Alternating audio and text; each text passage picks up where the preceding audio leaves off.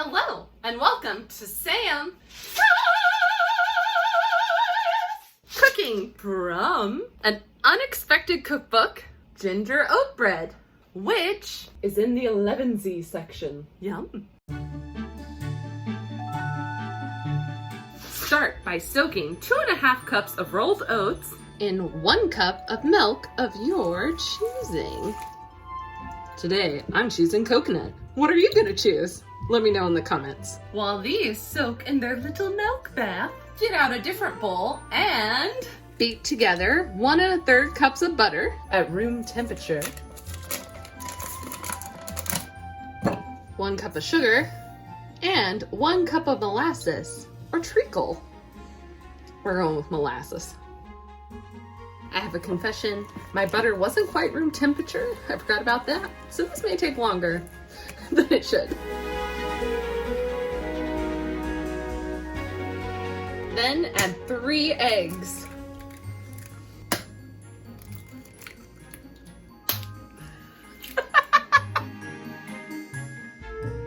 Now in another bowl, add 2 1/4 cups of flour, 3 teaspoons of baking powder,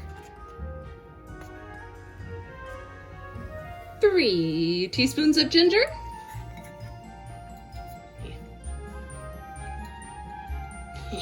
a teaspoon of salt, 1 teaspoon of cinnamon, 1/2 teaspoon of allspice, 1/2 teaspoon of nutmeg, and a pinch of cloves. And it should smell like a hobbity Christmas. If hobbits celebrate Christmas, which I don't think they do. Then blend them together. Oh, this smells delightful. Now add this to this.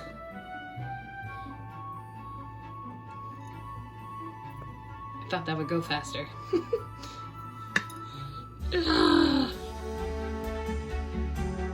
Then add your milky oats, which have congealed, which I guess is good. Did I get them all? Gotta get them all. Gotta get them all. Pokemon. Wrong franchise. Although in a way, Sauron is kind of like a Pokemon trainer with rings.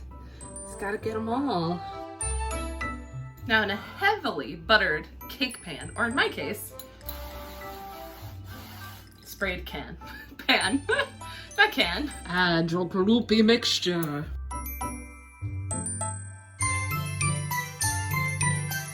And spread it evenly. Oh Lord, this is hefty. Now, preheat your oven to 350 and bake for 30 to 35 minutes. Let's read the geeky description. This dense ginger oat bread is based on Parkton, a working-class Victorian tea bread. If stored in an airtight container, a loaf of this tasty goodness could keep for up to 2 weeks. Wow. That's a long time. In fact, most people prefer to wait until the bread had aged for at least a few days before serving. This gave the ginger and molasses a chance to mellow while the spices infused the bread. It was most often served with apple or pear kumquat, which really brings out the flavor of the molasses and cinnamon. I may have to go get some of that. Regional variations included adding a mix of molasses and corn syrup, which you wouldn't see in the Shire since corn is a New World food. Substituting up to 1/2 cup of beef dripping with butter or replacing the butter with lard. Since food costs your average working class family 2/3 of their income, cooks in Tolkien's day were pretty practical about using whatever they had on hand.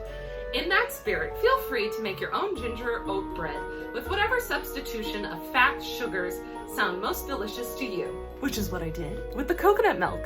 Be sure to check it with a toothpick. We're done. Okay, time for the taste test. Granted, I have not waited a few days, just a few minutes.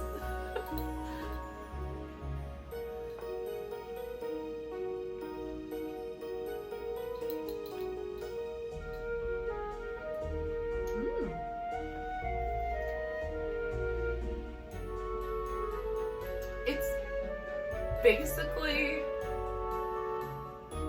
a gingerbread cookie bread that's a little crunchy because of the oats. So if you like gingerbread cookies, you will like this bread. I can see how kumquat would taste really good with this. I may have to get some. I give it a 9 out of 10. I love gingerbread cookies, so 9 out of 10. And it's fairly easy to make too. Stay tuned to my shorts to see how it tastes in a couple days. As always, thank you so much for tuning in. If you like this episode, be sure to like and subscribe.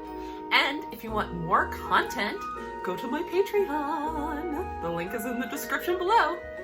And in the meantime, protect trans kids.